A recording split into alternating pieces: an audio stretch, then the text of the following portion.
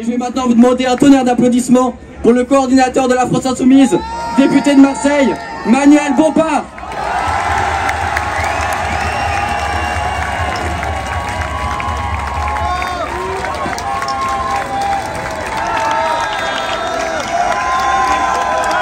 Merci à vous. Merci pour votre accueil. Je voudrais vous remercier d'avoir répondu présente et présent dans des délais extrêmement courts, puisque ce rassemblement il a été annoncé il y a quelques jours.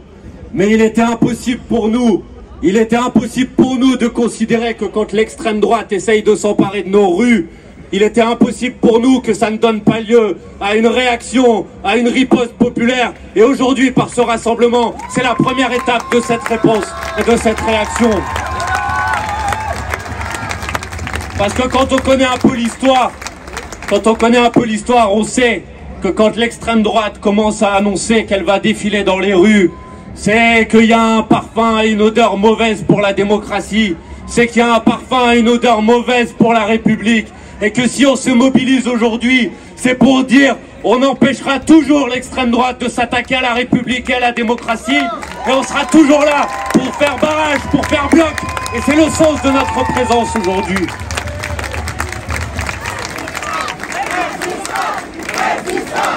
Voilà, résistance.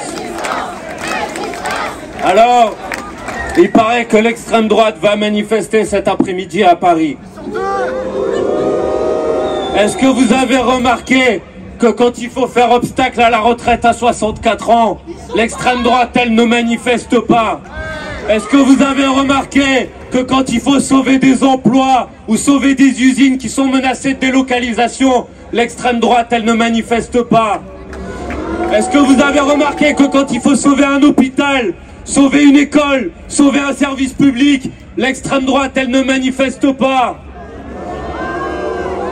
Mais quand il faut sauver ses privilèges et ses intérêts, alors là, ce jour-là, l'extrême droite se met à manifester. Ce sont des hypocrites, des gens qui mentent au peuple, qui leur font croire qu'ils vont les défendre et qui en vérité font l'inverse.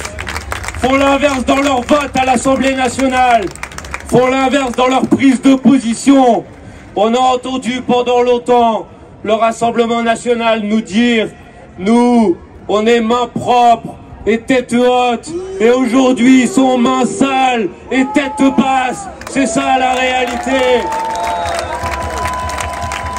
On les a entendus pendant longtemps donner des leçons à la terre entière, on les a vus à l'Assemblée nationale, sur chaque débat, venir dire que les peines de la justice elles sont trop faibles, que la justice elle est trop laxiste, qu'il faut des peines automatiques, qu'il faut des peines planchées, qu'il faut durcir le niveau des peines en permanence sur tous les textes, mais quand ça les concerne eux, ah là, comme par hasard, s'ils n'existent plus, on n'entend plus rien sur ce sujet. Voilà la vérité, ce sont des hypocrites sur la question de la justice, sur la question sociale, sur la question des salaires, ce sont des hypocrites surtout. Alors, à longueur d'antenne, à longueur de journée, on va vous dire que l'extrême droite, elle a déjà gagné, que l'extrême droite, elle va s'emparer du pays. Mais cette petite musique, on l'a déjà entendue en juin dernier, on l'a déjà entendue après la dissolution de l'Assemblée nationale, où tous les sondages, 27 sur 27, disaient que c'est l'extrême droite qui allait gagner, où tous les plateaux disaient que Bardella allait être Premier ministre. Et la vérité, c'est parce qu'il y a eu une mobilisation de la jeunesse, une mobilisation des quartiers populaires, et qu'on les a battus, et qu'on les a battus dans les urnes, et qu'on les a fait reculer. Alors on va les faire reculer encore. Résistance.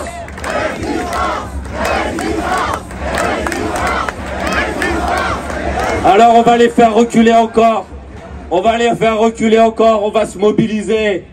Et aujourd'hui, c'est une première étape. Il y aura d'autres initiatives dans les prochains jours et dans les prochaines semaines. Mais surtout, il faut que tout le monde ici note une date qui va être une date importante. C'est la date du 1er mai prochain. Parce que quand l'extrême droite essaye de s'emparer de nos rues, parce que quand la guerre menace partout dans le monde, Parce que quand le président de la République et la majorité utilisent cette situation pour essayer de nous imposer une guerre sociale, parce que quand toutes ces conditions-là, elles sont réunies, alors c'est notre travail à toutes et tous de nous mobiliser. Et moi, j'appelle tout le monde à ce que nous soyons des centaines de milliers de personnes dans la rue partout en France le 1er mai prochain. Parce qu'alors, ça sera la réponse la plus belle, la réponse la plus forte, la réponse la plus puissante à l'extrême droite qui menace la démocratie, à l'extrême droite qui menace l'état de droit, à l'extrême droite qui veut nous fracturer et nous diviser. Le 1er mai, on va répondre ensemble pour la paix, pour la solidarité, pour l'unité du peuple, tous ensemble. Ils ne passeront pas. Voilà le message qu'on passera le 1er mai prochain. Faisons ça ensemble. Merci de vous être mobilisés nombreuses et nombreux aujourd'hui.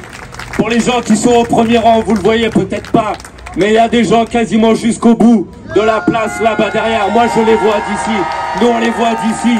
Et pour un rassemblement qui a été organisé en quelques jours, je crois que c'est un signal très fort et très puissant. Maintenant la bataille continue, la lutte continue. Rendez-vous le 1er mai, mobilisation antifasciste, mobilisation antiraciste, mobilisation sociale et mobilisation pour la paix. Merci beaucoup.